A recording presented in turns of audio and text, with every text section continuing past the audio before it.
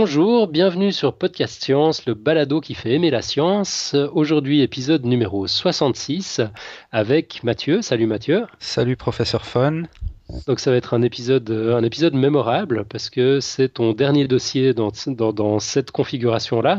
Ouais, Ouais, donc tu quittes pas le podcast, on le rappelle, mais tu vas t'en éloigner gentiment. Enfin, tu seras plus aux commandes du podcast. chaque semaine. Chaque semaine, ouais, mais tu feras une apparition comme ça à intervalles réguliers, 3-4 fois par année. Donc ce sera clairement plus la même chose, quoi. Alors ça, c'est un peu un épisode en forme d'au revoir ce soir. Et puis bah, pour ça, tu nous as préparé un dossier à la hauteur de ce que tu sais faire. Quelque chose de magnifique. Chers auditeurs, soyez prévenus, le tube d'aspirine est sans doute indispensable ce soir, plus que jamais. Là, on est au-delà de la matière noire, au-delà de l'énergie noire. Euh, Au-delà de la théorie des corps, non, quoique. ouais, ouais. Enfin, il faut s'accrocher, quoi. On va faire ça tout de suite, mais auparavant, je voulais juste dire un mot sur l'épisode de la semaine dernière. Parce qu'on a un peu débriefé entre nous avec la nouvelle, pardon, la nouvelle équipe notamment. Excusez-moi, j'ai un peu un chat dans la gorge. Et puis quelques commentaires d'auditeurs sont remontés quant au peu de scientificité du numéro de la semaine dernière. Et c'est vrai, moi j'arrive pas vraiment à le défendre. C'était intéressant. On a appris des tas de trucs intéressants dans le dossier de l'IA, mais c'était pas très scientifique. Effectivement, ça manquait de références scientifiques, ça manquait de documentation, c'était pas étayé comme on souhaite que ce le soit. Donc on va prendre nos dispositions pour que ce genre de choses n'arrive plus. C'est vrai qu'on a ce côté assez cool, assez freestyle, assez ouvert et spontané, mais c'est vrai que du coup on court ce risque de pas toujours voir la qualité qu'on souhaite, enfin pas entendre, plutôt la qualité qu'on souhaite entendre systématiquement dans le podcast. Donc, on ne sait pas encore très bien quelle disposition on va prendre, soit éditer des guidelines, soit demander à voir les dossiers une semaine avant qu'ils soient présentés à l'antenne ou quelque chose comme ça. Mais en tout cas, on va prendre des dispositions pour que ce genre de choses n'arrive plus, puis qu'on garantisse le minimum des standards scientifiques, en tout cas ceux qu'on s'applique à nous-mêmes quand on présente des dossiers. Donc voilà, fera plus, c'est promis. Sur ce, on va passer au dossier de Mathieu, qui devrait réveiller ceux qui s'étaient endormis la semaine dernière. J'ai aucun souci à ce niveau-là. Mathieu, je crois que le moment est venu de nous révéler le titre de ton dossier. On est tout ouïe. Oui, aujourd'hui, je vais parler du paradoxe du chat de Schrödinger. Je pense qu'il y a tout le monde qui en a un petit peu entendu parler, et puis je pense qu'il y en a aussi pas mal de nos auditeurs qui doivent un peu, enfin, qu'on déjà un petit peu lu là-dessus, essayer de comprendre ce que ça voulait dire. Mais aujourd'hui, on va essayer de bien expliquer ce que c'est ce paradoxe, et on va rentrer un peu dans la mécanique quantique, on n'en a pas vraiment parlé durant toutes ces émissions de podcast science. On l'a un petit peu abordé à l'occasion de quelques dossiers, mais aujourd'hui, on va rentrer plein fouet là-dedans. Alors, bon, je vous avise, faudra s'accrocher quand même un petit peu. J'ai essayé de faire de mon mieux pour expliquer ça, mais des fois, c'est pas facile, la mécanique quantique. Alors, l'expérience du chat de Schrödinger, c'est une expérience qui a été imaginée en 1935, donc par le physicien qui porte son nom, donc Erwin Schrödinger. Et cette expérience, elle avait pour but de mettre en évidence des supposées lacunes dans l'interprétation de la physique quantique appliquée aux objets quotidiens, faite par l'école de Copenhague. Alors, l'école de Copenhague, pour ceux qui n'ont pas entendu parler, c'est un courant de pensée en physique qui a pris place au XXe siècle et qui présente la mécanique quantique comme un simple instrument de prédiction. Bon, vu comme ça ne veut pas dire grand-chose. On reviendra un peu plus tard sur ce que veut dire un instrument de prédiction. Mais ce qu'il faut savoir, c'est que cette école de Copenhague, il y a eu de nombreux grands physiciens qui sont inscrits dans ce courant, comme Niels Bohr, Werner Heisenberg, Max Born. Donc je pense qu'on a tous un peu entendu parler de ces noms-là. Mais lui, Schrödinger, en l'occurrence, avec son expérience du chat, il a voulu illustrer un problème qu'on appelle le problème de la mesure. C'est un problème qui trouve sa source dans l'interprétation purement prédictive de la physique quantique telle que l'a décrit l'école de Copenhague. Ok, moi j'ai juste une question à ce stade, Mathieu. Quand on parle d'expérience du chat de Schrödinger, c'est une expérience, c'est une vraie expérience ou c'est une expérience de pensée? C'est une expérience de pensée. D'accord, ok. Je crois que... Personne Pardon? n'a jamais maltraité de chat dans cette expérience. Non, non, non. Non, je crois que je le cite un petit peu plus tard d'ailleurs dans le dossier, que c'est une pure expérience de pensée, sans plus. Ok.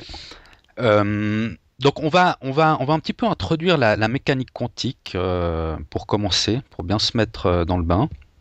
Alors, la physique quantique ou mécanique quantique, c'est l'appellation générale d'un ensemble de théories physiques qui sont nées au XXe siècle et qui décrivent le comportement des atomes et des particules.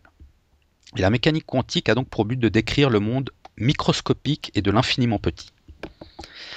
Cependant, sa description du monde heurte le sens commun à plusieurs égards. Alors par exemple, il y a une propriété bizarre de la mécanique quantique qu'on appelle la dualité onde-particule. Alors j'en avais parlé dans le dossier sur la lumière avec une expérience qui s'appelait l'expérience des fentes de Young. Alors je ne veux pas revenir là-dessus aujourd'hui, je vous renvoie au dossier sur la lumière, mais bon, ce qu'il faut savoir c'est que la dualité onde-particule c'est déjà une propriété un peu bizarre de la mécanique quantique. Aujourd'hui on va s'intéresser au problème de la mesure, qui est aussi lié à des propriétés un peu bizarres. Et ce problème de la mesure décrit par Schrödinger, c'est aussi une des nombreuses interprétations étranges que l'on peut faire de la mécanique quantique. Et ce problème de la mesure illustre bien les difficultés de corrélation entre les postulats fondamentaux de la mécanique quantique et le monde macroscopique tel qu'il nous apparaît et tel qu'on peut le mesurer. Alors pour bien comprendre le problème du paradoxe du chat de Schrödinger, il faut introduire 2-3 notions de mécanique quantique. Alors, on va commencer. On est assis. Comment? Ouais. On est assis, on est prêt. Assieds-toi vas-y. et accroche-toi bien, mets ta ceinture de sécurité. Bouclé. On va d'abord essayer d'expliquer ce que c'est un état quantique. Alors, un état quantique, ça peut être vu comme un ensemble de propriétés qui permettent de décrire complètement un objet physique. Alors, quand on parle d'objet physique ou de système physique, ça peut être par exemple une particule de matière. Alors, si on prend par exemple le cas d'un électron en mouvement, son état quantique est décrit par 4 propriétés, qu'on appelle aussi nombres quantiques. Alors, la première propriété d'un électron en mouvement, qui permet de définir son état, ou le premier nombre quantique, c'est son énergie. Le deuxième nombre quantique, c'est son spin. Le troisième, c'est ce qu'on appelle son moment angulaire. Et le quatrième, c'est ce qu'on appelle son moment magnétique. Alors, on ne va pas rentrer dans les détails sur ce que ça veut dire moment angulaire, moment magnétique, mais il faut simplement savoir que ce qui décrit l'état quantique d'un électron en mouvement, ce sont ces 4 propriétés. D'accord ? D'accord. Alors, en physique classique, donc en physique non quantique, l'état d'un système physique détermine de manière absolue les résultats de mesure des grandeurs physiques. Alors qu'est-ce que ça veut dire ça ?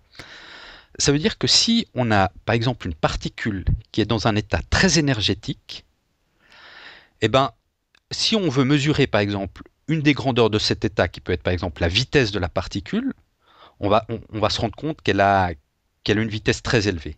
D'accord ? Et donc l'état énergétique élevé de la particule est directement lié, détermine directement la vitesse de la particule. D'accord ? Ouais. En physique classique aussi, on a en fait les différents états d'un système ou d'une particule physique classique sont mutuellement exclusifs. C'est-à-dire que si on a une particule très énergétique ou un système très énergétique, où il est très énergétique ou il ne l'est pas en fait. Il ne peut pas être les deux à la fois. D'accord ? Donc les états sont mutuellement exclusifs. On a l'un ou l'autre. Ok, ouais, c'est clair. C'est clair. Bon. En physique quantique, c'est un petit peu différent. Parce que la connaissance de l'état d'un système, d'un objet physique ou d'une particule quantique permet seulement de prévoir les probabilités respectives des différents résultats possibles lors d'une mesure. C'est-à-dire que si on a une particule très énergétique, au niveau quantique, il n'y a pas un lien direct entre les grandeurs qui permettent de définir cet état. C'est-à-dire qu'on a une probabilité d'avoir une valeur élevée ou faible d'une grandeur physique liée à cet état. Mais c'est pas déterminé comme en physique classique. L'état quantique, en fait, ne peut pas être assimilé à un ensemble de propriétés physiques qui évoluent au cours du temps. En mécanique quantique, l'état et les grandeurs physiques sont deux concepts séparés et sont représentés par des objets mathématiques complètement différents. Donc l'état et les grandeurs sont deux choses différentes. Elles sont pas liées. Elles sont seulement liées par des probabilités en fait. Ok. Bon, c'est un peu bizarre, mais c'est comme ça. De toute manière, on va revenir là-dessus. Vous verrez dans le cours du dossier. On avait dit qu'en physique classique, j'ai dit juste avant que en fait, les états d'un système physique classique, ils sont mutuellement exclusifs. En physique quantique, on a aussi des états mutuellement exclusifs, comme en physique classique.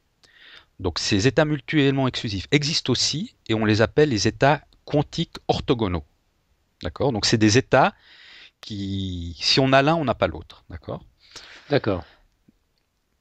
Donc C'est comme la dualité onde-particule. À un instant T, la particule est, enfin l'objet quantique est soit une onde, soit une particule, mais elle n'a pas les deux propriétés en même temps. C'est ça que ça veut dire? non. Ah, ok. Je crois que ça n'a rien à voir là. D'accord. Non, essaye d'oublier la dualité onde-particule. Là, on est dans autre chose. D'accord, j'étais content de pouvoir ramener un peu ma science. Autant pour moi. Non. Alors, je me tais, je t'écoute. Une particule quantique peut avoir des états quantiques qu'on appelle orthogonaux qui sont mutuellement exclusifs. Ce sont en quelque sorte les états de base d'un système quantique comparable à ceux de la physique classique. Mais la nouveauté en mécanique quantique, c'est qu'en plus de ces états orthogonaux mutuellement exclusifs, il en existe aussi beaucoup d'autres. En réalité, une infinité. Et ces nouveaux états quantiques s'obtiennent en mélangeant les états quantiques de base. Donc la mécanique quantique, en fait, elle expose tous les états possibles d'un système. Autant les états de base, les états mutuellement exclusifs, et aussi tous ceux qui peuvent s'obtenir en mélangeant les états de base. C'est ce qu'on appelle en superposant les états de base, d'accord ? D'accord. En mécanique quantique, donc, le principe de superposition stipule que les propriétés qui caractérisent un état quantique d'une particule peuvent posséder plusieurs valeurs, en fait. C'est-à-dire qu'on a dit qu'en mécanique quantique, on avait des états orthogonaux mutuellement exclusifs, mais qu'en mélangeant tous ces états, on obtenait aussi des nouveaux états. Et ces nouveaux états, en fait, ils sont ce qu'on appelle en superposition et ils peuvent avoir plusieurs valeurs pour les propriétés qui définissent l'état. Un système quantique se trouve dans un état superposé tant qu'il n'est pas observé ou mesuré. En fait, la mécanique quantique stipule que le résultat d'une mesure, d'un système, d'une particule en mouvement ou d'un objet physique, d'un objet quantique, donc le résultat d'une mesure donne toujours un des états de base mutuellement exclusifs. Il n'est pas possible d'obtenir lors d'une mesure un état superposé. L'état superposé existe uniquement en absence d'observation.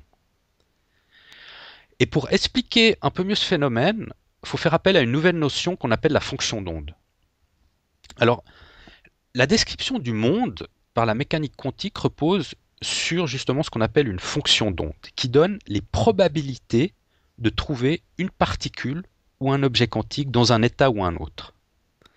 Quand je dis fonction d'onde, il faut essayer d'imaginer mathématiquement une courbe de forme ondulatoire, d'accord ? Et selon où on se trouve sur cette courbe, on aura une probabilité élevée ou faible d'obtenir un état ou un autre. D'accord. Tu arrives un peu à visualiser ? Ouais, mais je me rappelle que tu en avais déjà parlé de cette fonction d'onde, que j'avais pris un paquet de notes à l'époque, puis j'ai un peu oublié depuis. Je vais réécouter ton épisode sur la lumière. C'était là que tu en avais parlé. Exactement, hein ? Ouais, ok. Alors, c'est pour cette raison qu'on a coutume de dire qu'un système quantique peut être dans plusieurs états à la fois, ou dans un état superposé. Mais il faut en réalité comprendre que le système est dans un état quantique unique, mais que les mesures peuvent donner plusieurs résultats différents. Chaque résultat étant associé à sa probabilité d'apparaître lors de la mesure. Donc en fait, quand on dit état superposé, c'est pas qu'on a plusieurs états, c'est qu'on a un état caractéristique qui peut donner plusieurs valeurs lors de la mesure. on ne sait pas, plusieurs valeurs en fonction de la probabilité. On peut avoir une probabilité élevée d'avoir une valeur X ou faible d'avoir une valeur Y. Et lors d'une opération dite de mesure, l'objet quantique sera trouvé dans un état de base déterminé. C'est-à-dire, lorsqu'on fait une mesure, il se produit ce qu'on appelle une réduction ou effondrement de la fonction d'onde, et la particule ou l'objet quantique se matérialise dans un état donné, selon la probabilité indiquée par sa fonction d'onde. C'est comme si tout acte d'observation sélectionne instantanément un et un seul état parmi l'ensemble des états superposés possibles. Ouais, bon, c'est là que c'est super contre-intuitif. Ouais. Ça veut dire que quand personne observait les particules, elles avaient un comportement différent. Je sais pas, à l'époque des dinosaures, la physique quantique n'existait pas. Ouais, bah c'est. Mais alors, ça tombe bien. Alors, attends, je fais un petit aparté. Il faut juste que je retrouve ça parce qu'il y a un physicien belge qui avait dit justement quelque chose là-dessus. Juste 2 secondes, voir si je le retrouve. Ouais, je sais pas si je l'ai sous la main, 2 secondes. C'est assez drôle ce qu'il a dit. Ce serait bien que. Ouais, voilà. Donc, Bell, il a dit, on dirait que la théorie se préoccupe seulement des résultats de mesure et n'a rien à dire sur quoi que ce soit d'autre. Mais qu'est-ce qui permet à certains systèmes physiques de jouer le rôle de mesureur? Est-ce que la fonction d'onde de l'univers a dû attendre des milliers de millions d'années avant de faire un saut, attendre l'apparition d'une créature unicellulaire, ou a-t-elle dû attendre plus longtemps jusqu'à qu'apparaisse un système plus qualifié muni d'un doctorat? Tu vois un peu l'idée, quoi. Ouais, bah effectivement. Alors, où est-ce que j'en étais? Donc tu nous disais que c'était comme si tout acte d'observation sélectionne Voilà, c'est comme si tout acte d'observation sélectionne instantanément un et un seul un état état. parmi l'ensemble des Voilà. états superposés possibles. Mhm. Et donc, c'est la mesure, en fait, qui perturbe le système quantique. Elle fait bifurquer d'un état quantique superposé vers un des états de base qui est mesuré, donc vers un des états orthogonaux mutuellement exclusifs dont j'avais parlé. D'accord. Mhm.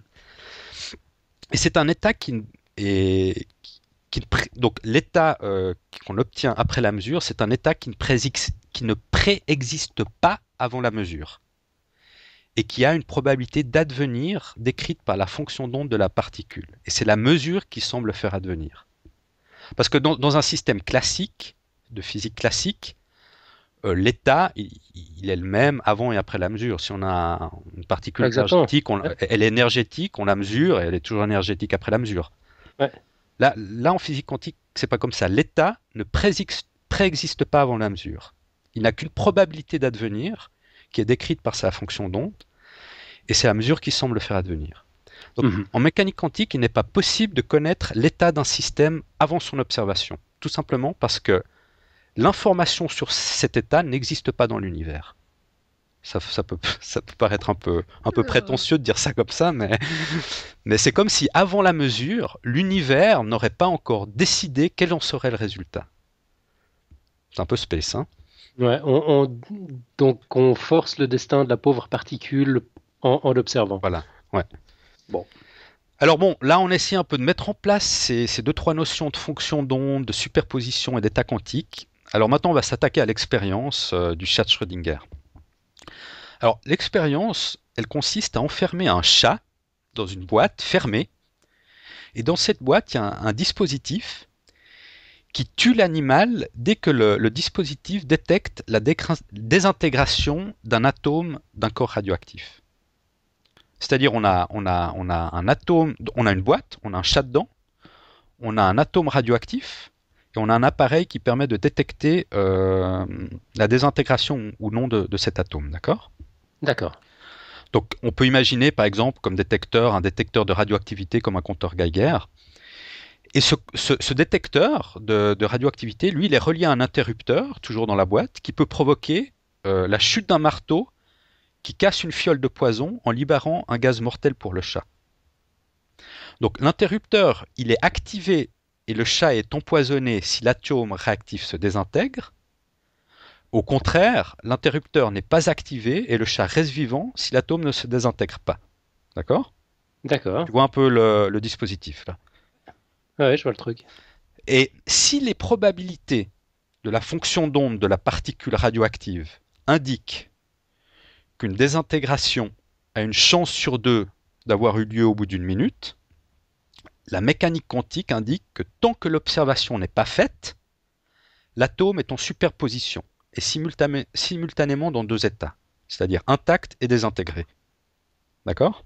Ouais. Or, le mécanisme de l'expérience imaginée par Erwin Schrödinger lie l'état du chat à l'état des particules radioactives, donc à l'état intact ou désintégré, de sorte que le chat serait simultanément dans 2 états mort et vivant. Ça y est, c'est lâché, c'est dit. Voilà, jusqu'à ce que l'ouverture de la boîte, c'est-à-dire l'observation, déclenche le choix entre les 2 états. Du coup, tant qu'on ne l'a pas ouvert la boîte, on ne peut absolument pas dire si le chat est mort ou non au bout d'une minute. Il y a quelqu'un qui se connecte là, j'entends sur Skype. Je me trompe ? Alors ouais, en fait, on a Franck qui devait faire l'émission avec nous, puis qui était coincé dans les embouteillages, et qui là vient d'arriver. Donc on va tenter de le connecter. On fait un petit coup freestyle là. Ouais. On va rentrer dans un 3e état quantique. Non, je rigole. On va savoir tout de suite. Hop. Est-ce qu'il est par là ? Suspense. Allô Franck ?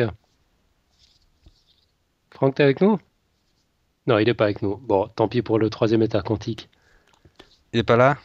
Non, on verra plus tard s'il arrive. Peut-être qu'il arrive en cours de route, peut-être pas. En tout cas, là, ça nous a donné le temps donc de réfléchir à ce que tu disais. Alors, le chat, tant que la boîte n'est pas ouverte. Ouais. Ouais, vas-y, reviens. Donc je reviens sur ce que j'ai dit. Si je me retrouve, je disais que tant qu'on n'a pas ouvert la boîte, en fait, l'atome est en superposition. Tant qu'on n'a pas effectué une observation, l'atome est en superposition quantique, donc il a les 2 états intacts et désintégrés. Du coup, le chat aussi, il est dans 2 états mort et vivant à la fois. Et ce, jusqu'à l'ouverture de la boîte, donc jusqu'à qu'il y ait une observation qui soit faite, qui déclenche le choix entre les 2 états. Du coup, tant qu'on n'a pas ouvert la boîte, on ne peut absolument pas dire si le chat est mort ou non au bout d'une minute. Et en suivant scrupuleusement les règles quantiques, l'état superposé d'une particule, donc désintégrée, non désintégrée, devrait se propager à l'état du chat, qui devrait également être dans un état superposé mort-vivant. Or, un tel état n'est et ne peut jamais être observé. Parce que, bon, on ne sait pas ce qu'il y a dans la boîte, finalement. Donc ça amène un paradoxe et un problème, on le voit bien.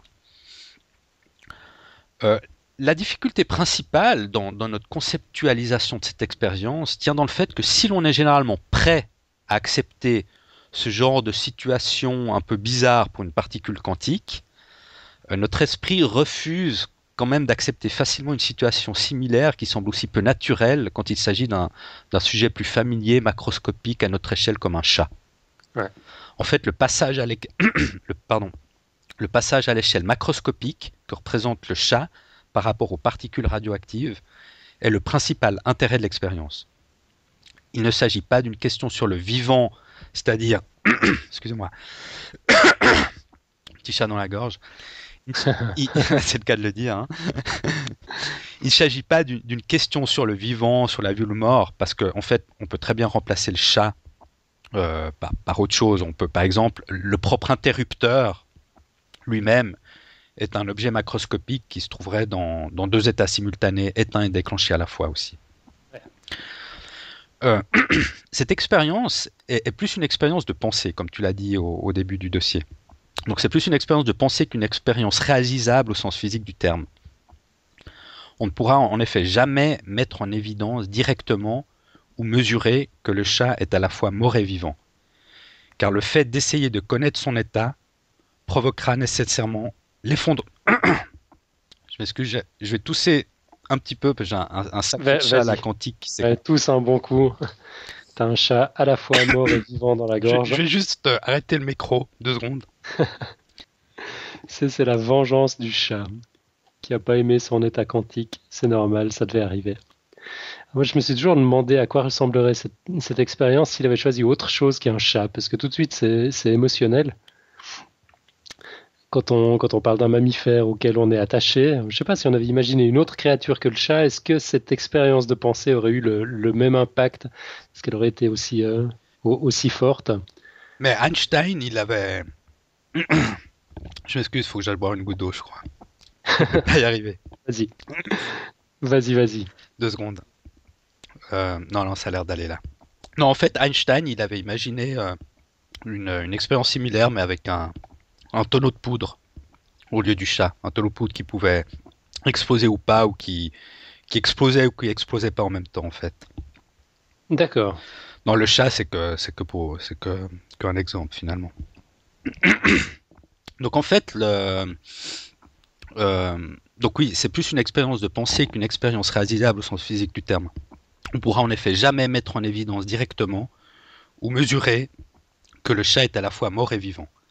Car le fait d'essayer de connaître son état provoquera nécessairement l'effondrement de la fonction d'onde, menant inéluctablement à l'un des deux états morts ou vivants. Yep. D'ailleurs, les expériences effectuées par les scientifiques sur la préservation de la superposition des états quantiques peuvent s'appliquer à quelques particules ou molécules, mais les conditions techniques pour préserver l'état superposé du chat sont tout à fait irréalisables pour plus de quelques molécules. Mhm. Écoute, je te propose, c'est que là je suis vraiment embêté avec ma gorge, je te propose d'essayer de connecter Franck à l'émission, et puis je vais juste boire quelque chose, je reviens dans 1 minute. D'accord? Ouais, ça marche. Ok, ben, Franck d'ailleurs était dans un état quantique, il était à la fois connecté et pas connecté, c'est-à-dire qu'on entendait un souffle, il était là, mais son micro fonctionnait pas. Alors, on peut refaire une tentative. Je vais essayer comme ça à tout hasard, en attendant que Mathieu revienne. Franck, Oui, et ça marche. ah, formidable. C'est super. Ok, donc t'as pas entendu les derniers mots que je viens de dire, on parlait de ton état quantique, t'étais là sans être là, un peu comme le chat de Mathieu. Mathieu qui a un chat dans la gorge d'ailleurs et qui est parti boire une goutte d'eau, donc bah, c'est bien que tu sois là, ça me permet de meubler. D'accord, bah écoute, ouais, bah... Non mais vous allez couper ou vous allez laisser... Je pense qu'on va rester fidèle à la tradition, à moins qu'il y ait un autre souci. On garde. D'ailleurs, comme ça, on s'habitue un peu aux conditions du live et puis on peut en profiter pour ouvrir une petite parenthèse en oui. attendant le retour de Mathieu. Bah vas-y, c'est toi qui l'annonce, non? Qu'est-ce qu'on fait à partir du 4 janvier? Eh ben, on passe au live. Eh, yep. Voilà. Alors, bah, Ouais, c'est ton initiative au départ, et puis c'est marrant Non, parce que bah, nous on l'avait vaguement évoqué avec Mathieu, mais finalement on n'est jamais passé à l'acte. Et puis ce qui s'est passé, c'est que voilà, toi tu l'as évoqué, et puis en même temps une wiki radio nous a contactés pour savoir si elle pouvait emprunter nos contenus pour meubler un peu sa grille dans les moments creux.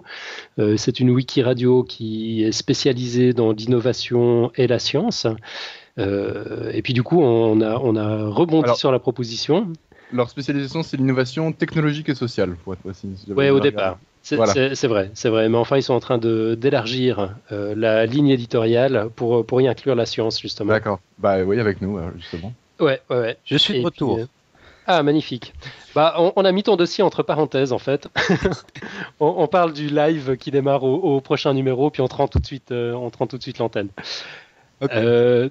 Voilà, donc on était en train de raconter l'aventure, comment ça s'est fait, une wiki radio qui nous a contactés pour qu'on diffuse nos contenus en différé. On leur a demandé si on pouvait pas en profiter pour faire des lives. On nous a dit oui, et du coup, voilà, on a fait nos petits essais qui étaient moyennement concluants, mais c'est pas grave, on a peur de rien. Ouais. On a peur de rien, on se lance. Donc rendez-vous le 4 janvier à 20h30 pour le premier live. Ce sera un dossier de Marco sur l'histoire de l'évolution. Exactement. De l'audition. Voilà, l'histoire évolutive de l'audition. Donc vous aurez la possibilité de poser des questions en direct à travers une espèce de système de commentaires. Et puis je me rappelle plus, est-ce qu'on peut faire intervenir les auditeurs par téléphone? Oui, d'accord. Par téléphone ou même par micro, je crois qu'ils ont la possibilité d'entrer dans l'émission à partir du site de la radio. Ils peuvent intervenir si on décide, sur notre invitation, quoi, en fait. Ouais, d'accord. Alors voilà. Bon, on verra dans les détails, on vous les communiquera sur le moment, mais ce serait cool, quoi. Podcast Science peut vraiment devenir complètement interactif. Ouais, c'est clair. Ouais. Donc vraiment chouette. Alors merci Franck. Et puis, pas de quoi. On se réjouit d'attaquer. Mathieu, on te rend la parole, pardon pour cette interruption. On a meublé comme on a pu, tu vois, on essaie de s'habituer aux conditions du live où tout peut arriver. Ah non, c'est parfait, c'est parfait. Oui, je suis désolé, je sais pas, là, j'ai eu voilà, un gros chat de Schrödinger dans la gorge. Voilà, ben, il s'est vengé. Donc c'est pour faire apparaître le caractère, donc je reviens sur le dossier, pour faire apparaître le caractère paradoxal de la multiplicité des états possibles avant la mesure et de la matérialisation vers un état mesuré et observé après la mesure que Erwin Schrödinger a imaginé cette expérience du chat. Ça repart, mon chat réapparaît dans la gorge. Je rebois une petite gourde d'eau, je sais pas ce qui m'arrive. C'est l'émotion. Ouais, je sais pas, c'est la dernière mission, ouais, ça va être l'émotion. Ouais, c'est ça. En fait, Schrödinger, il voulait réfuter l'interprétation de Copenhague de la mécanique quantique qui conduisait à un chat à la fois mort et vivant, en soutenant l'idée que si l'on parvient à provoquer une dépendance ou un couplage direct entre l'état d'une particule et la vie d'un chat, on devrait pouvoir mettre le chat dans un état superposé, mort et vivant, jusqu'à l'observation, qui le réduirait à un seul état. Schrödinger pensait que la possibilité du chat mort-vivant démontrait que l'interprétation de la fonction d'onde par l'école de Copenhague, décrite originellement par Max Born, était incomplète. Parce que comment concevoir que le chat n'est pas d'état défini tant qu'on n'opère pas d'observation? Selon lui, le chat ne peut pas être mort et vivant à la fois. Enfin, pour nous non plus. Bah ouais. Donc l'interprétation orthodoxe de la physique quantique, telle que l'a proposée l'école de Copenhague, qui mène à un chat à la fois mort et vivant, montre bien que la mécanique quantique semble obéir à des lois souvent contraires à notre intuition. On se rend compte alors que la question n'est plus tant de savoir comment la superposition des états est-elle possible dans le monde quantique, mais plutôt comment cette superposition comment c'est impossible en fait dans le monde réel que l'on observe à notre échelle. Alors il y a différentes solutions qu'on a apportées à ce paradoxe. Parce que pour en découdre avec ce paradoxe sur l'état mort-vivant simultané du chat, il y a effectivement différentes pistes théoriques qui ont été mises en avant, qui tentent d'apporter quelques éléments de réponse. La première, c'est la théorie qu'on appelle la décohérence. C'est une des théories les plus acceptées actuellement. Cette théorie de la décohérence propose que l'état de superposition ne peut être maintenu qu'en l'absence d'interaction avec l'environnement qui déclenche le choix entre les deux états, mort ou vivant. La décohérence n'est pas provoquée par une action consciente de l'observateur qu'on interprète comme une mesure, mais plutôt par des interactions physiques avec l'environnement. De sorte que la décohérence a lieu d'autant plus vite qu'il y a plus d'interactions. Chaque éventualité d'un état superposé interagit avec son environnement. Mais la complexité des interactions est telle que les différentes possibilités deviennent rapidement incohérentes. D'où le nom théorie de la décohérence. Ok. Cette théorie de la décohérence, en fait, elle réconcilie d'une part le postulat de la réduction de la fonction d'onde avec d'autre part l'équation de Schrödinger qui autorise la superposition des états. Parce qu'il faut savoir, c'est que Schrödinger, autant il était très sceptique quant à l'interprétation de Copenhague sur la multiplicité des états dans le monde macroscopique, mais il avait quand même, c'est lui, alors je m'excuse, je rebois une goutte d'eau. Vas-y, fais. Je disais, autant il était sceptique quant à l'interprétation de la multiplicité des états dans le monde macroscopique, mais c'est lui qui a quand même mis en avant une équation qui amène à cette multiplicité des états. L'équation de Schrödinger, en fait, c'est une équation qui régit les états possibles d'une particule. C'est une équation linéaire. Ce qui entraîne que pour deux états possibles d'une particule, la combinaison de ces deux états est également un état possible. L'état mort-vivant du chat doit être possible selon l'équation de Schrödinger, une réalité qui lui semblait à lui et qui nous semble aussi à nous difficilement acceptable. Donc, comment donc les superpositions quantiques peuvent-elles disparaître à l'état macroscopique alors que la linéarité de l'équation de Schrödinger mène naturellement à une préservation des états superposés aussi à l'échelle macroscopique. Alors heureusement, la théorie de la décohérence peut démontrer mathématiquement que chaque interaction avec l'environnement déphase les fonctions d'onde des états les unes par rapport aux autres, de telle manière que la probabilité d'observer un état superposé mort-vivant tend rapidement vers zéro. Et seuls restent observables les états correspondant aux états observables macroscopiquement, l'état mort ou bien vivant du chat. Il y a alors plus de paradoxe, le chat se situe dans un état déterminé bien avant que la boîte ne soit ouverte, et l'équation de Schrödinger est réconciliée avec la réduction de la fonction d'onde.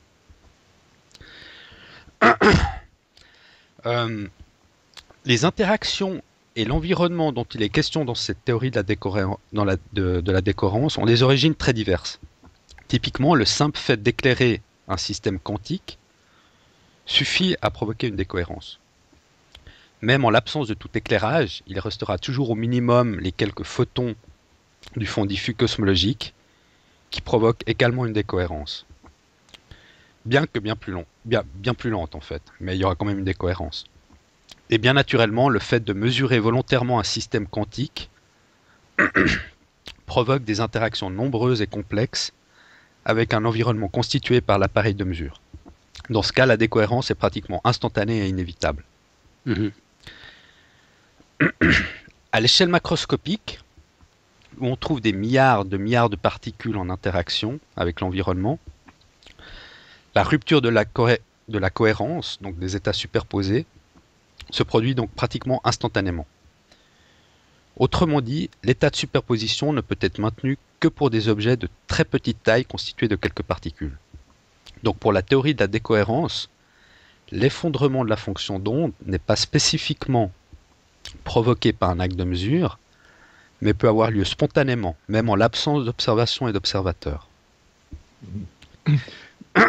D'accord, donc ça répond à ma question sur les dinosaures, déjà. Ouais. Mais excuse-moi Mathieu, dans le cas du chat de Schrödinger, justement, il y a une décohérence. Alors, dans le chat de Schrödinger, c'est une expérience de pensée. On l'a dit, tu n'étais pas là, mais on a dit que c'est une expérience de pensée. Donc, mais si on l'a réalisé vraiment. Alors, si on la réalisait vraiment, il y aurait une réduction de la fonction d'onde. Ouais. Après, il y a la théorie de la décohérence qui dit que la réduction de la fonction d'onde est due par l'interaction avec l'environnement. Elle n'est pas due à l'observation. D'accord, mais l'observateur, c'est l'environnement. Bon, alors, ouais, vu comme ça... Je crois que je vais me renseigner, ouais. On peut dire ça. D'accord. Okay. Non, là l'idée de la décohérence, c'est-à-dire qu'il y a une réduction de la fonction d'onde qui amène à un état unique, mais que cette décohérence, en fait, elle est due aux interactions, non à une mesure. Donc, même si on n'observe pas, même si on ne mesure pas un objet quantique, il va de toute manière, tôt ou tard, avoir une réduction de la fonction d'onde due à l'interaction avec son environnement. Mmh. D'accord, ok. Donc oui, l'effondrement de la fonction d'onde n'est pas spécifiquement provoqué par un acte de mesure, mais peut avoir lieu spontanément, même en l'absence d'observation et d'observateur. Et ça, c'est une différence essentielle avec le postulat initial de réduction du paquet d'ondes qui ne spécifie pas comment, pourquoi et à quel moment a lieu la réduction. Ce qui a ouvert la porte à des interprétations mettant en jeu justement la conscience et la présence d'un observateur conscient. Donc la théorie de la décohérence prend en fait le contre-pied de l'interprétation de Copenhague qui introduit l'observateur et la mesure intervenant au niveau le plus fondamental en physique. D'accord. Donc, en fait, l'expérience mentale du chat de Schrödinger se casse la gueule avec la théorie de la décohérence. Ça veut plus rien dire que tu ouvres la boîte ou pas, finalement, il y a aucun changement. C'est pas l'observation d'un être conscient qui va modifier, qui va fixer l'état de ce pauvre chat, mais en l'occurrence, c'est son interaction avec son environnement qui, au niveau macroscopique, est complexe, quoi. Ouais, même en ayant la boîte fermée, la théorie de la décohérence dit que le chat a un état défini, c'est-à-dire qu'il y a eu une interaction avec l'environnement qui l'a amené à un état ou à un autre. D'accord, j'aime bien cette théorie de la décohérence. Alors c'est qu'une théorie, hein. Alors, ça c'est la théorie de la décohérence, on va dire standard. Il y en a une autre, un peu plus avancée, qu'on appelle la théorie de la décohérence avec paramètres cachés. D'accord. La théorie de la décohérence avec paramètres cachés, en fait, c'est une variante Et, et comme pour la théorie classique de la décohérence, elle se produit toujours indépendamment de la présence d'un observateur ou d'une mesure. Mais la théorie de la décohérence avec paramètres cachés stipule aussi, je m'excuse, il faut que j'en reprenne un verre, on s'en reparle Vas-y, aujourd'hui. C'est la dernière, je voulais faire super bien, mais là c'est la catastrophe, quoi. Essayez de papoter 2 secondes, je vais me resservir un verre d'eau, ok? Ouais, alors D'accord. papotons. Embarque une bouteille, Mathieu. Ouais. Eh ben oui, ça va, Alan? Ouais, ça va super, ouais. Voilà, Moi, ça c'est ce qui risque de nous arriver avec les lives. Il va sûr. falloir meubler. Exactement, ouais. Ouais. Bah, pour la petite histoire, quand je disais tout à l'heure que ça s'est moyennement bien passé, on peut raconter un peu comment ça s'est passé en fait. Donc, Ah oui, l'essai, ouais, qu'on a fait en live. ouais. Et ben, qu'est-ce qui s'est passé dedans? On a eu des problèmes techniques, quoi, des problèmes de micro déjà. Et qu'est-ce qu'on a eu d'autre? Bah, quand même, le problème le plus spectaculaire, c'est que donc Marco a fait un dry run de son dossier. On a Ouais. essayé de faire des conditions de live et à peine le générique a démarré, Marco s'est fait éjecter en fait de la wiki radio, son compte Ah a ouais, été ouais. supprimé et il pouvait pas revenir. Puis on a essayé de meubler comme ça un petit moment et finalement on a dû abandonner. Heureusement que c'était pas un vrai live. Ouais, c'est clair, Ouais. sans présentateur de dossier, c'est plus dur, ouais. Ouais, là je crois que c'est le pire qui pouvait arriver. Puis bah, ça s'est arrivé avant même la première, comme ça on est fait au feu, on sait ce qui risque de nous arriver. Ouais, voilà, exactement. Ouais. Mais bon, ça devrait plus se produire en fait. On a pu remonter les problèmes techniques à l'équipe technique qui est derrière la Wiki Radio, qui est super réactive, qui nous a donné des astuces pour éviter ce problème-là, qui avait l'air un peu quantique en fait. Quelque part, ouais, quelque Ouais. part. Il n'aurait pas dû exister, et pourtant. Ouais. Alors Ouais. je suis de retour. Ah bah voilà, bah c'est bien parce qu'on savait déjà plus quoi dire. Ouais, je suis désolé, mais bon, ça permet à tout le monde un peu de repenser à ce que j'ai dit. Ouais, exactement. Donc Alors, on en était à la théorie de la décohérence avec paramètres cachés, ouais, parce que la décohérence tout court, c'est trop simple. voilà. Voilà. Donc, donc la théorie de la décohérence avec paramètres cachés stipule aussi que les lois quantiques ne seraient pas capables elles seules d'expliquer la décohérence. Ok. Elle introduit donc des paramètres physiques supplémentaires dans les lois quantiques, comme par exemple l'action de la gravitation pour expliquer la décohérence. Et l'inconvénient, c'est que ces paramètres supplémentaires, bien que compatibles avec les expériences connues, ne correspondent finalement à aucune théorie vraiment complète et bien établie à ce jour. Alors, il y a des autres approches aussi, un peu plus philosophiques, on va dire. Mhm. Il y en a une qui s'appelle l'approche relationnelle.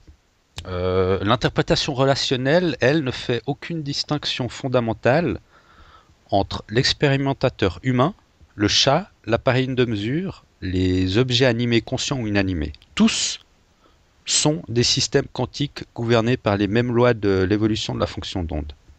Et tous peuvent être considérés comme des observateurs.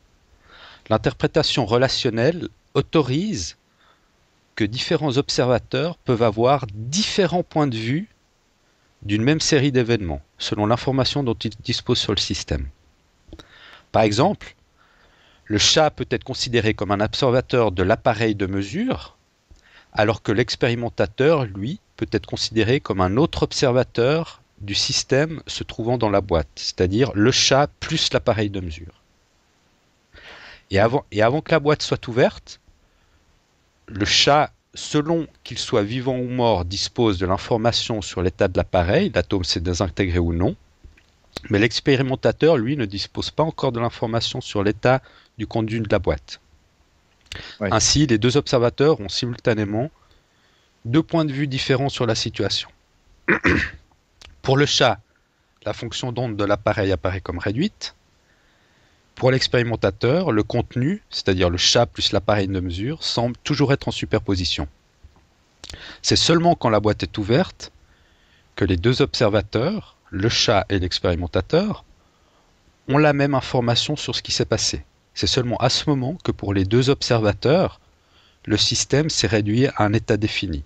Le chat est vivant ou soit mort. En conséquence, l'approche relationnelle de la mécanique quantique argumente que la notion d'état ne décrit pas le système observé en lui-même, mais plutôt la relation ou la corrélation que le système entretient avec l'observateur. Donc cette approche ne se centre donc pas sur les objets eux-mêmes, mais plutôt sur les relations qu'il y a entre eux. Ça... Sur l'observation qu'on peut faire en fait, sur le niveau d'information qu'on a du système. Voilà, exactement, sur le niveau d'information qu'on a du système. Ouais. D'accord. Alors ça, c'est l'approche relationnelle. Une autre approche, c'est l'approche qu'on appelle positiviste. L'approche positiviste pense que la fonction d'onde ne décrit pas la réalité en elle-même, mais uniquement ce que nous connaissons de celle-ci. Autrement dit, les lois quantiques ne sont utiles que pour calculer et prédire le résultat d'une expérience, mais pas pour décrire la réalité. Et les problèmes ou paradoxes qui peuvent potentiellement émerger deviennent alors dépourvus de sens, car ces problèmes ne concernent alors plus la réalité en elle-même, qui est finalement telle qu'elle est, et qui n'aurait pas à justifier de ses incohérences tant qu'elle donne des résultats qui sont à toute fin utiles ou corrects. Dans cette hypothèse, l'état superposé mort-vivant du chat n'est pas un état réel, il n'y a pas lieu de philosopher à son sujet en fait. De même, la décohérence ou l'effondrement de la fonction d'onde n'a aucune réalité en elle-même, et elle décrit simplement le changement de connaissance que nous avons du système. Ah oui, d'accord. Mais cette approche-là, elle est un petit peu inutile parce qu'elle va dire, comme on ne sait pas, on ne peut rien faire en fait, c'est ça? Oui, elle dit, voilà, le paradoxe, ils évacuent ce paradoxe parce que l'approche positiviste décrit que la connaissance qu'on a, mais ça décrit pas la réalité. Donc la réalité d'un paradoxe n'existe plus finalement. Oui, c'est ça, voilà, ouais, d'accord. En fait, l'approche positiviste repose sur la conviction que la mécanique quantique n'est qu'une description de tout ce que nous pouvons connaître de la réalité, mais ne décrit pas la réalité en elle-même. Ouais. Bon, c'est ça le mérite d'être honnête, quoi, finalement. Ouais. Ouais. C'est tout ce dont on est absolument sûr. Mais ça, alors justement, il y pas grand-chose. y a une approche qui prend complètement le contre-pied de ça. C'est l'approche réaliste, qu'on appelle réaliste, ou celle des univers parallèles. L'approche réaliste, elle prend justement le contre-pied de l'approche positiviste et stipule que la fonction d'onde décrit la réalité, et toute la réalité. Et l'approche réaliste pense que les postulats de la mécanique quantique nous disent quelque chose à propos de la réalité physique, en fait, et recherche donc la cohérence et leur adéquation avec la réalité elle-même. Par exemple, dans cette approche réaliste, on a justement la théorie des univers parallèles ou multivers, qui est une théorie qui avait été initiée par Hugh Everett en 1957, qui s'inscrit justement dans ce courant de pensée réaliste. Et la théorie des univers parallèles permet de décrire séparément les deux états simultanés mort-vivant du chat et leur donne une double réalité, c'est-à-dire deux réalités dans deux univers parallèles. Donc ça signifie que quand une mesure quantique peut donner plusieurs résultats différents, l'ensemble des superpositions de toutes les valeurs possibles de la mesure coexistent dans un multivers. Mais nous n'aurions conscience que d'une seule éventualité, car notre conscience, qui est par hypothèse dans cette théorie un phénomène purement physique, se retrouve quantiquement intriquée ou liée avec un et un seul résultat de la mesure. Il est donc impossible pour un état de conscience donné de percevoir l'ensemble des états superposés, pourtant réels d'après cette théorie. Mais est-ce qu'une fois que la mesure est faite, ils disparaissent, ils deviennent irréels? Non. Ils continuent à exister. Oui, à chaque observation, la réalité se scinderait en autant d'univers que d'observations physiques possibles. D'accord, ok. Et selon cette théorie, le chat serait à la fois mort et vivant de façon totalement indépendante à l'ouverture ou non de la boîte. Les états morts et vivants subsisteraient après l'ouverture de la boîte. Les états morts et vivants seraient deux états réels qui ne peuvent pas interagir l'un avec l'autre et dont leur histoire se déroule dans différentes branches indépendantes de l'univers. Bon, ça c'est sympa, mais c'est un peu plus spéculatif, ça. Ouais, c'est ça, difficile à observer. Ouais. Alors voilà, j'arrive au bout. En conclusion, voilà, le problème c'est où mettre la limite entre objets classiques, donc le chat, l'appareil de mesure, et les objets quantiques. Donc comment on passe du et de ces états superposés au ou, c'est-à-dire un état ou un autre, mutuellement exclusif finalement. Et on voit que le paradoxe du chat prend sa source finalement, c'est un peu ce que dit l'approche positiviste, le paradoxe du chat prend sa source dans la formulation même des lois quantiques. Si une théorie alternative formulé différemment peut être établi, alors le paradoxe disparaît de lui-même. Dans une telle nouvelle théorie, s'il n'existe ni superposition des particules, ni décohérence, alors le prétendu paradoxe du chat de Schrödinger se réduit à un simple artefact d'une théorie originellement mal formulée. D'ailleurs, la mécanique quantique, elle se fonde sur 6 postulats fondamentaux qui sont considérés comme exacts, une sorte de 6 axiomes, et certains considèrent que de véritables solutions aux problèmes de la mesure ne peuvent être apportées qu'en remettant plus ou moins fondamentalement en cause ces postulats. Alors voilà, j'ai rajouté dans le dossier 2 petites vidéos de 1 ou 2 minutes qui expliquent bien l'expérience et le paradoxe du chat de Schrödinger, donc je vous invite à aller voir, ça vous donnera un aspect un peu plus visuel de l'expérience. 2 petites vidéos sympas. D'accord. Moi, je viens de cliquer sur le lien que tu proposes dans ton dossier sur les 6 postulats, justement. Ouais. Il faut s'accrocher. Hein. Mais moi, ça m'a surpris. Je savais pas qu'il y avait ces 6 postulats de base, parce que évidemment, toute la mécanique quantique repose là-dessus. Ouais. Et voilà, si ça reste que des postulats finalement. Bon, tu vas me dire qu'en mathématiques aussi, il y a des axiomes, et puis que tout le monde qu'on connaît est basé sur les mathématiques et donc sur ces axiomes. Mais ouais. Ouais, je sais pas quelle est la. Enfin, évidemment, parce que j'y connais rien, quoi. Quelle est la validité de ces postulats? Est-ce que c'est aussi sûr que des axiomes mathématiques, justement? Ou est-ce qu'il y a une dimension spéculative encore dedans? Ça m'étonnerait. En fait, moi, j'ai l'impression que le vrai problème qu'on a avec cette histoire, c'est un problème d'interprétation.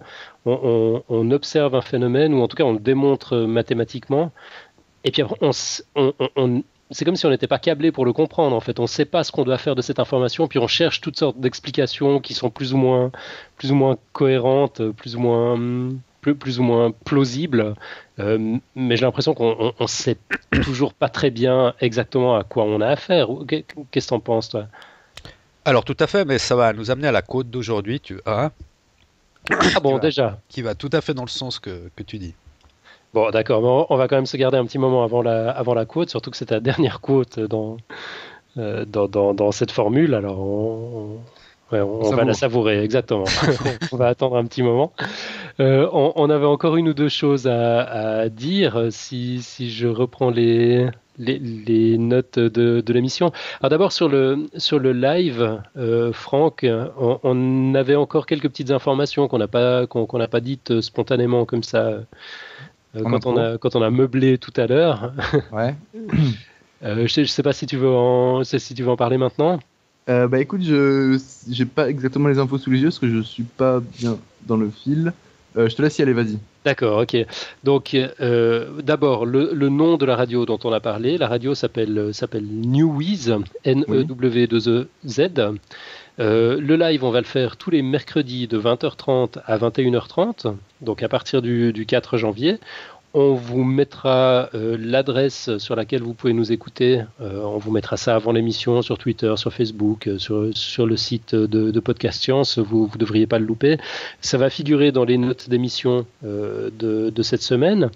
Si vous n'avez pas d'ordinateur sous la main, c'est très bien fait tout ça. Il y a des applications pour iOS, c'est-à-dire iPhone et iPad, et également pour Android, donc pour la plupart des smartphones du marché. Pour l'application Newiz, donc l'application de la radio, ça vous permettra non seulement de nous écouter, mais d'interagir, de poser des questions en direct dans l'émission. Comme on le disait tout à l'heure, mais j'en étais plus trop sûr, il y a la possibilité de nous appeler sur un numéro de téléphone qu'on communiquera également. C'est un numéro français. Bon, je crois que la plupart de nos auditeurs sont en France, donc ça ne devrait pas poser de problème. On ne l'a pas testé depuis la Suisse, il faudra qu'on fasse un petit essai. Et puis, accessoirement, on disposera d'un studio virtuel, donc ça nous permettra de faire des choses qu'on ne pouvait pas faire jusqu'ici, comme diffuser des séquences préenregistrées, si on fait des interviews par exemple, des jingles, de la musique. Il y a toutes sortes de possibilités, comme d'habitude. On ne sait pas très bien ce qu'on va en faire, mais on nous met tout ça entre les mains gratuitement, sans condition. Donc on promet d'en faire quelque chose de bien. Et puis, le reste, on l'a dit, en fait. Le sujet de l'émission de Marco sera une chronique de l'évolution et expliquera comment l'évolution s'est chargée d'équiper les mammifères et les autres vertébrés d'un système auditif complexe et performant. C'est fascinant, comme toujours. Donc voilà, rendez-vous mercredi 4 janvier à 20h30 et on se réjouit beaucoup. Ouais, tout à fait. Sinon, encore quelques petits trucs, des petits plugs. Je ne sais pas si vous vous souvenez de Marc Montangero qui était venu nous parler de son initiative La chimie pour les nuls. Donc, tout au long de l'année 2011, qui était l'année de la chimie, il a diffusé des petits films sur son site chimie.ch. C'était des petites expériences faciles à réaliser à la maison. Avec pourtant des explications au niveau chimique assez complexes derrière. Il en a fait un livre, c'est Xavier Agnès qui nous le signale, il a appris ça dans l'émission Impatience de la première, la radio suisse romande. Voilà, Xavier nous dit, je pense que ça mérite un petit coup de pub. Et effectivement, moi je le pense aussi. Donc j'ai pas eu l'occasion de voir le livre malheureusement, mais j'imagine qu'il reprend toutes les petites expériences de ces films de 2 minutes qui ont été égrenés tout au long de l'année. Si jamais vous trouvez tout ça sur édition.chimie.ch, donc édition au pluriel et sans accent, on mettra le lien dans les notes de l'émission. Le livre coûte 15 francs suisses. Ça risque d'être un peu tard pour Noël, mais si jamais vous faites vos cadeaux en retard, c'est sans doute une excellente idée. Et puis sinon, je voulais encore faire un petit plug rapide pour notre ami Xilrian, qui vient de sortir un 3e épisode de son excellent podcast 12 minutes 2. Alors, en guise de 12 minutes, ça dure 26 minutes pour changer, mais c'est vraiment super. C'est une discussion avec un journaliste économique qui s'appelle Stanislas Jourdan. C'est autour des revenus de vie. Donc ça concerne les allocations universelles, les modèles économiques alternatifs pour ne pas laisser des gens sur le carreau. On sait qu'il y a 10 à 15% de chômage en France. On n'arrête pas de culpabiliser les pauvres chômeurs alors que finalement c'est une réalité depuis des années. Il n'y a pas de boulot pour tout le monde. Et puis finalement, il n'y a peut-être pas besoin de boulot pour tout le monde parce que l'économie prospère malgré tout, elle croît. Enfin voilà, il y a toute une réflexion autour de nouveaux modèles qui pourraient être mis en place et j'ai trouvé ça absolument fascinant. Donc c'est 12 minutes de .com, donc 12 en chiffres, minutes au pluriel, DE, tout collé, .com. Et puis, vous savez que Xilrian a 2 podcasts qu'il a lancés à peu près simultanément, donc il en est au 5e épisode de son podcast Vie artificielle, et cette fois, ça porte sur les algorithmes génétiques. Alors, c'est de la haute voltige aussi, il faut s'accrocher, mais après le chat de Schrödinger, je pense qu'il n'y a pas de souci. C'est absolument fascinant aussi. Donc là, le site, c'est vie-artificielle.com. Je me réjouis d'écouter son émission sur les allocations sur le revenu universel parce que j'ai lu 2-3 choses là-dessus. Moi, j'y crois pas du tout personnellement. Okay. J'y vois plein de problèmes. Donc, je me réjouis de voir comment ils vont arriver à défendre ça. Mais ouais, ça va être. Enfin, je pense qu'il est ouvert au débat. Tu dois pouvoir poster tes commentaires. Ce sera intéressant qu'il y ait débat. Moi, c'est un sujet que je découvre. En fait, j'y connaissais absolument rien. Et puis, je trouve la présentation extrêmement convaincante. Déjà extrêmement claire. D'abord, j'ai compris de quoi il s'agissait, alors que moi, la simple évocation du mot économie. C'est pire que physique quantique, quoi. J'ai tendance à m'enfermer dans ma coquille. Là, c'était super clair. Et puis après, effectivement, si tu connais un peu le sujet. Ouais, je pense qu'il y a de quoi discuter. Donc voilà, ouais, j'ai donné les liens. Allez-y, c'est vraiment génial. Et puis n'hésitez pas à laisser des commentaires sur iTunes aussi. Ça fait pas très longtemps que Xilrian a démarré ses podcasts. Il n'y a pas encore des tonnes d'interactions comme on en connaît chez nous. Et pourtant, franchement, en termes de qualité, c'est tout aussi bien, si ce n'est mieux. Allez-y, quoi. Chers auditeurs de Podcast Science, allez écouter tout ça, c'est vraiment super. Et puis, moi, j'ai pas d'autres plugs, j'ai pas d'autres commentaires. Je voulais te préparer un petit truc, Mathieu, mais malheureusement, j'ai pas eu le temps. Genre reprendre tes meilleures quotes ou tes meilleurs chats dans la gorge ou quelque chose comme ça. Mais je te réserverai ça pour la 100e ou pour la 1000e ou pour une autre fois. Donc, on n'a plus qu'à enchaîner avec la quote, avec ta dernière quote.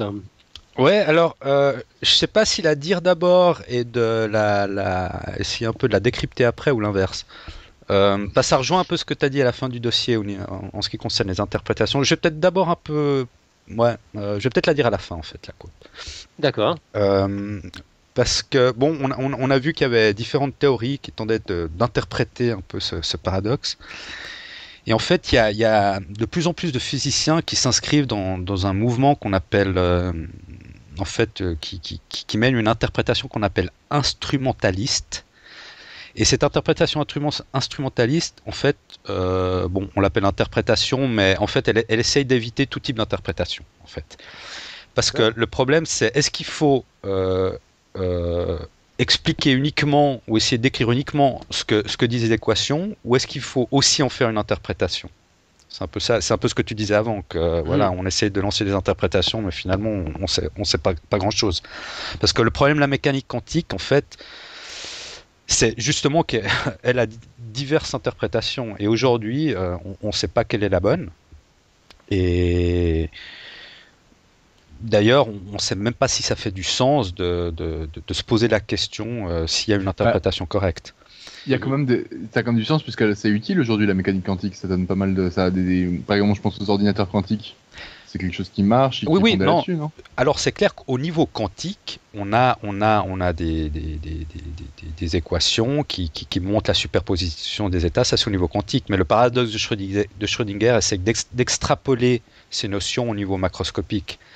Et c'est là où les interprétations qui essayent d'expliquer comment on peut interpréter la mécanique quantique au niveau macroscopique, ça bute un petit peu. D'accord. En fait. Ouais. D'accord. Ouais. Bon, que ce soit une bonne idée ou pas de se poser la question, j'ai l'impression qu'on peut pas faire autrement. On est des êtres humains, on est câblés comme ça. On se pose des questions, on cherche des explications, on essaye de comprendre, de comprendre les patterns. Ouais, mais le problème, c'est qu'on bute sur un problème extrêmement compliqué, quoi. Peut-être qu'on n'est juste pas assez intelligent pour l'interpréter. Le problème de l'interprétation, c'est que justement, ça interprète et ça modifie en rien ce que dit la théorie, en fait, une interprétation. Une interprétation, elle confirme ce que dit la théorie, mais ça reste qu'une interprétation. Donc, il n'y a aucune manière de monter une expérience qui permet de dire si une interprétation est correcte ou fausse, finalement. Donc, c'est un peu le problème de l'interprétation.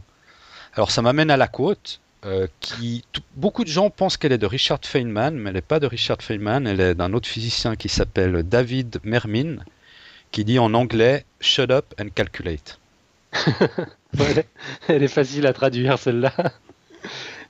Donc elle dit taisez-vous et calculez. Donc voilà, on fait des calculs, on obtient des résultats, mais bon, on laisse les interprétations de côté en gros, quoi. Ouais. Et on se concentre sur les résultats. C'est pas mal, c'est très vrai je trouve. Ouais, en tout cas, oui. Ouais. Je sais pas très bien quoi dire en fait, parce que tout le problème, c'est ce côté contre-intuitif. On observe quelque chose, enfin on l'observe. On arrive par différentes méthodes, d'une combinaison d'observation, de prédictions mathématiques, d'équations, à une situation qu'on ne sait pas comment interpréter. Alors, donc ce que ta quote dit, c'est boucler là, continuer de calculer. Peut-être qu'un jour on comprendra finalement. Voilà. Ouais. Ouais, mais en attendant, on a quand même, on a ce côté, on a besoin de comprendre, même si c'est faux, même si c'est pas à notre portée, on doit chercher des explications. Ouais, c'est dans la nature humaine, forcément. Hein. Il me semble, ouais. Ouais. Je crois que c'est plus une envie qu'un besoin en fait. Hein. C'est l'envie d'extrapoler des choses à partir de formules d'équations. C'est quelque chose qui est, à mon avis, qui est fondamentalement humain et qui finalement sert à rien et qu'il vaut mieux éviter de faire, quoi. Alors, je sais pas ce que vous en pensez. Voilà. Moi, je sais pas non plus tellement quoi en penser finalement. Moi, je suis de toute manière pas du tout capable de lancer les interprétations. Là, j'ai cité celles qu'on a dit, mais c'est vrai que moi, avec mes humbles connaissances jusqu'à présent, je vais me limiter à me taire et à calculer, je crois. Ouais, c'est vrai, ce serait pas mal. On entend tellement de délire d'ailleurs concernant la physique quantique. Enfin, non, justement pas la physique quantique. Tout ce qui est quantique, mais qui n'est ni de la physique, ni de la mécanique, ni de l'informatique. Il y a beaucoup de théories ésotériques qui s'emparent de ces bizarreries quantiques pour lancer des théories très fumeuses aussi. C'est ça, ouais, c'est complètement récupéré par les mouvements New Age. Ouais, je pense qu'il faut faire attention, quoi. Tout le monde n'a pas la modestie de renoncer à l'explication ou de considérer qu'elle qu'elle est hors de notre portée. Il y a quand même des charlatans qui vont expliquer, qui avancent avec leur petite vérité, puis qui s'ils sont suffisamment charismatiques, sont entendus. Ça me fait penser un petit peu à l'utilisation, bon c'est un sujet un peu délicat, mais c'est un peu l'utilisation de la théorie de Darwin de l'évolution par le nazisme en fait. C'est les fascismes qui vont dire, l'eugénisme en fait en général, qui va dire il faut améliorer l'humanité parce que c'est la loi de Darwin qui dit ça, alors qu'en fait pas du tout, la loi de Darwin elle va dire c'est le plus adapté qui survit et pas du tout, elle va pas du tout justifier les dérives qu'on a pu faire à partir de cette théorie quoi. Ouais, c'est absolument. Un petit peu le même... Ouais voilà. C'est vrai, ça a été récupéré par des gens qui l'ont pas comprise fondamentalement. Qui l'ont pas comprise exactement, ouais, qui ont développé une théorie qui était simple et vraie à la base, mais qui ont bâti des théories, des interprétations hasardeuses, je dirais. Ouais, et c'est vrai, il n'y a pas que les nazis d'ailleurs, tout le mouvement du darwinisme social était une vraie catastrophe, du même ordre effectivement, c'était de l'eugénisme aussi, on était convaincus que seuls les plus forts, les meilleurs allaient survivre, alors que la théorie dit pas ça, quoi. Exactement. La théorie dit juste que les plus adaptés ce sont les plus favorisés pour transmettre leur gène à leur descendance. Point. Ouais. Donc magnifique sujet de réflexion pour ces vacances. Une dernière. Ouais. Tu nous fais une sortie en beauté, Mathieu. Moi j'ai une deuxième petite quote. Ouais, elle est toute petite celle-là, et puis elle m'a été inspirée juste avant qu'on commence à enregistrer l'émission par un message qui nous a été envoyé par un poditeur qui nous envoie pas mal de messages d'ailleurs ces temps. J'ai l'impression que c'est encore une de ces personnes qui a découvert le podcast sur le tard et puis qui réécoute tous les épisodes d'un coup, qui s'appelle Charles Cochon et qui dit... Donc je crois qu'il vient d'apprendre que tu allais t'éloigner du podcast, Mathieu, et il dit « Bonne chance, Mathieu, et que la science te garde ». J'ai trouvé ça très poétique, très joli. Excellent. C'est très beau. Ouais, excellent. Et j'espère que la science et la mécanique quantique vont me garder sain et sauf, effectivement. Mais merci. Et puis on va se retrouver dans quelques semaines. De toute manière, je serai en tout cas présent dans les premières émissions, en tout cas du live, quoi. J'essaierai d'apporter mon petit grain de sel via le chat. Ah c'est cool. Génial. Chouette, alors le rendez-vous est pris, formidable. Donc on ne t'entendra peut-être pas, mais tu seras dans les parages. Oui, t'allais dire quelque chose, pardon Franck? Oui, je voulais dire merci beaucoup à Mathieu de partir, parce que c'est un peu grâce à ça que je suis là, mais bon, je dis ça en plaisantant. Mais non, mais c'est dommage que tu partes, et puis c'est bien que tu sois encore là pour les épisodes à venir, quoi. Ouais, et puis moi aussi je veux te dire merci Mathieu, sans toi le podcast n'existerait pas. C'est formidable, t'as consacré un temps fou. Je me rappelle que quand on en a parlé au tout début, t'étais vachement réticent, tu disais ouais mais quand même ça va me prendre du temps, etc. Puis quand t'as démarré, t'as juste plus compté, ouais. T'as passé un temps hallucinant à préparer tous ces dossiers sur des sujets dingues. T'as passé beaucoup de temps aussi à interagir beaucoup avec les poditeurs, leurs réactions, les commentaires sur le blog, sur Twitter, sur Facebook. Enfin, l'une dans l'autre, t'as été d'une générosité inouïe, alors que d'emblée, t'avais annoncé que t'avais pas tellement de temps. Je voudrais juste te dire merci. En tout cas, c'était un vrai plaisir. Et puis moi, en tout cas, ce que je retiens de tout ça, c'est que, comme tout le monde l'a constaté, j'ai fait beaucoup de dossiers un peu liés à la physique, parce que c'est un peu mon sujet de prédilection. Puis ça m'a permis, en tout cas personnellement, d'apprendre beaucoup et d'approfondir les 2-3 notions que j'avais, et de les approfondir et de mieux les assimiler. Et, moi, ça m'a aussi apporté beaucoup. Donc, très content. Donc c'est du gagnant-gagnant. C'est du win-win, comme on dit. C'est cool.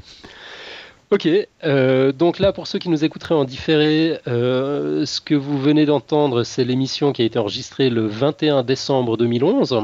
Donc on va faire une petite pause maintenant d'une semaine avant de se retrouver le 4 janvier. Et puis on vous souhaite pendant cette période tout le meilleur pour les fêtes de fin d'année. On vous souhaite une excellente année. Une petite pause de 2 semaines, non ? Pause de 2 semaines ? Non. Une semaine. Enfin, on se retrouve dans 2 semaines. Voilà. Juste une semaine avec un trou sans émission. D'accord. Voilà. Pas sûr d'avoir compris, mais c'est pas grave. On se retrouve le 4 janvier. En fait, on saute un numéro, mais ça fait 2 semaines sans podcast, en fait. Voilà qui est bien résumé. Voilà. On aurait dû se retrouver mercredi prochain. Là, on fait une petite pause, on zappe, c'est les vacances, et on se retrouve le mercredi d'après. Ok. Voilà. Nickel, d'ici là, de superbes fêtes à toutes et à tous, et une excellente année. Et on se retrouve bientôt. À bientôt. Bonne année à tous. Ciao, ciao. Ciao.